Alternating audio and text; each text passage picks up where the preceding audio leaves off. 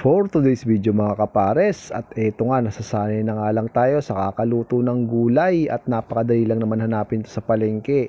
At kayo ba mga kapares, ano ba ang iluluto nyo ngayong pananghalian? At eto nga yung mga nabili natin sa palengke, meron tayong talong, meron tayong sitaw, kalabasa, merong okra, tapos ampalaya, tapos sinamahan lang natin yan ng kamatis, pati na rin ang kamote. At syempre, mas masarap to pagsasamahan natin yan ng sahog. Pwede tayo maglagay ng isda or karne, pero ang napili natin ngayon ay subukan din naman nating magkarne. At tulad ng dati ay syempre ihanda muna natin yung ating mga ingredients na gagamitin. Ito nga yung ating kalabasa at hiniwa-hiwa ko na rin yan ng ganyang kalalaki. At matapos nga naman natin yung kalabasa ay sinunod ko na rin yung ating kamote at siset aside muna natin yan. Saka ko na isunod yung ating ampalaya. Hiwa-hiwain lang natin yan ayon sa gusto nyo. At pagkatapos naman yung ating isasahog na crispy pork liempo ay napakasarap nito mga kapares. At di na natin patatagalin pa, kaya simulan na natin ang pagluluto natin. Sa kaserola na may tubig ay nilagay na natin yung ating kamote. Sinunod ko na yung ating sibuyas, pati na rin ang luya. At pagkatapos nilagay ko na rin yung kamatis at naglagay rin tayo ng tansya-tansya ating bagoong. At saka ko naman yan tinakpan, at pagkatapos ngang kumulo mga kapares ay susunod ko na nga yung ating kalabasa. Napakadali lang nito mga kapares lutuin, kaya sundan nyo lang. At pagkatapos naman sinunod ko na rin yung ating sitaw, pati na rin yung ampalaya at talong, pati na rin yung ating okra.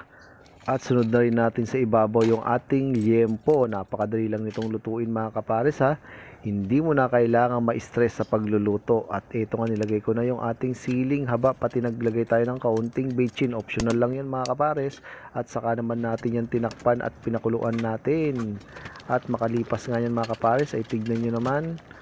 At inayos-ayos nga lang natin ng kaunti at saka natin tinakpan. At pagkakulo na mga kapares ay ito na nga, my goodness, nakaluto na naman tayo. Napakabilis na gulay. Manganta yun.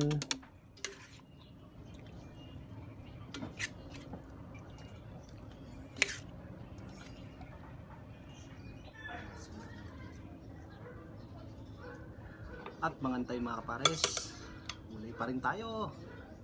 Yan.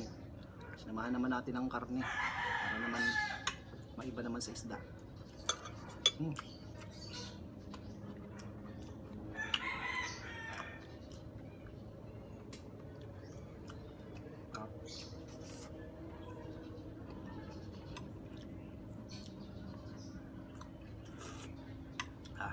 Tama. Tama yung lasa.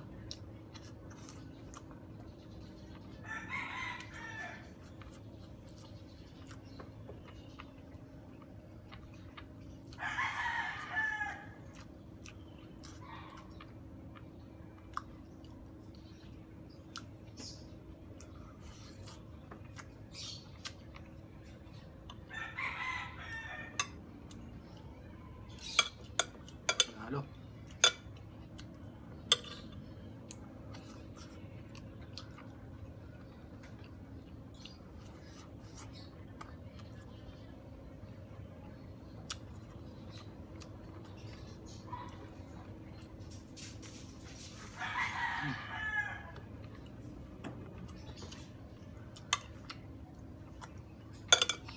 Ay.